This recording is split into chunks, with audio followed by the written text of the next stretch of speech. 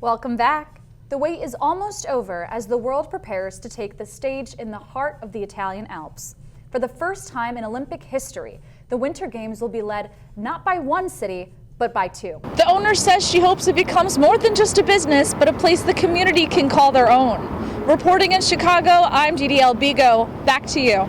Street art is known to be big, bold, and colorful. But beyond the paint, there's a deeper conversation about culture and identity. And announced a reward of up to $1 million for information that leads to answers. The Pima County Sheriff's Department says the investigation remains active and urging anyone with credible information to come forward. The tool allows users to edit any image on X in whatever way they want, which is raising serious concerns about misuse.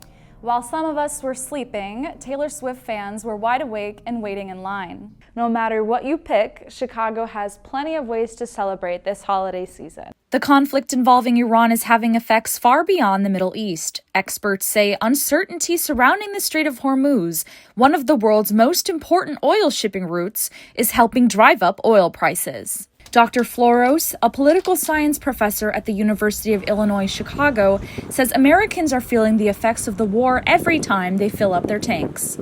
In going to the grocery store, going to, fill up your gas tank, it's very clear that it's hitting pocketbooks. And you can tell in polls about the Republicans' chances in the midterm elections that Americans are feeling it.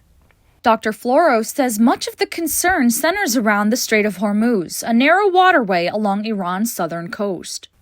Not only is Iran preventing ships from passing unless they're willing to pay travel fees, but the United States is also prohibiting ships from moving through the area. And this is not something that is going to be easily fixed. Experts say any meaningful drop in oil and gas prices depends on restoring normal traffic through the Strait of Hormuz, but reopening the waterway may not be that simple. Dr. Holman of Dominican University says Iran has little incentive to give up its influence over the strait. So the idea is Iran is using the closing of the strait as the first bargaining chip for other things that they want, as well as holding that over the head of the United States for what the United States wants out of this, whether that's giving up its nuclear materials or whatnot, or ballistic missile programs or those types of broader issues. Honestly, between this and paying bills is kind of ridiculous. I don't know how longevity-wise we'll manage that. Experts say until oil flows freely through the Strait of Hormuz, relief at the gas pump may be hard to find. Deedee Bego, Chicago This Week. Hi, Gabrielle. People are out here enjoying the weather and, of course, the fountain. I was here when Buckingham Fountain turned on for the season. Take a look. For many Chicagoans, summer doesn't officially begin until Buckingham Fountain turns back on. This weekend, thousands gathered in Grant Park as the iconic fountain celebrated its 99th birthday. Mayor Brandon Johnson hyped up the crowd ahead of the switch on. How you feel, Chicago? We're ready to get to our beaches and our museums and our parks. You ready to do it?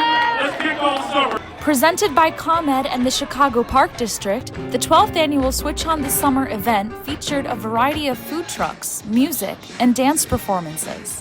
When it was time for the main event, everyone gathered around the fountain and joined in for a countdown. 3, 2, 1.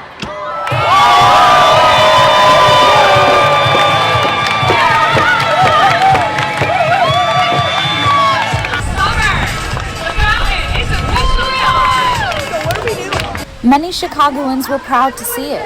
Today is a glorious day, a beautiful day. Everyone's out, every nationality is out here. People are getting along and we're just having a great time.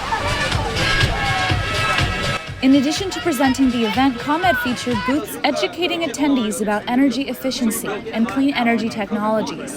Oh, it's been fantastic. We've had so many people come through the lab, ask so many amazing questions today. It's been really great to teach people about all the various technologies. Summer in Chicago has officially began, and that means many more events here in Grant Park. I'm Deedee Bego, back to you. Hi Noah, Chicagoans spent the holiday weekend at the Randolph Street Market Festival, one of the city's largest vintage markets, and it turned 23 this year. From vintage fashion and antiques to handmade art and vinyl records, shoppers packed into Chicago's West Loop this weekend for the 23rd annual Randolph Street Market Festival. I think people more and more, they want to know who they're buying something from, and they want to be someplace that they trust. And so I pride myself on vetting every single person that's inside this gate. Among the vendors was Mosey Posey the Poet Clown, who spent the weekend writing and selling personalized poems. Our mission is to bring opportunities to be creative, to have something reflected back to you and made for you, and connect with new and different types of people.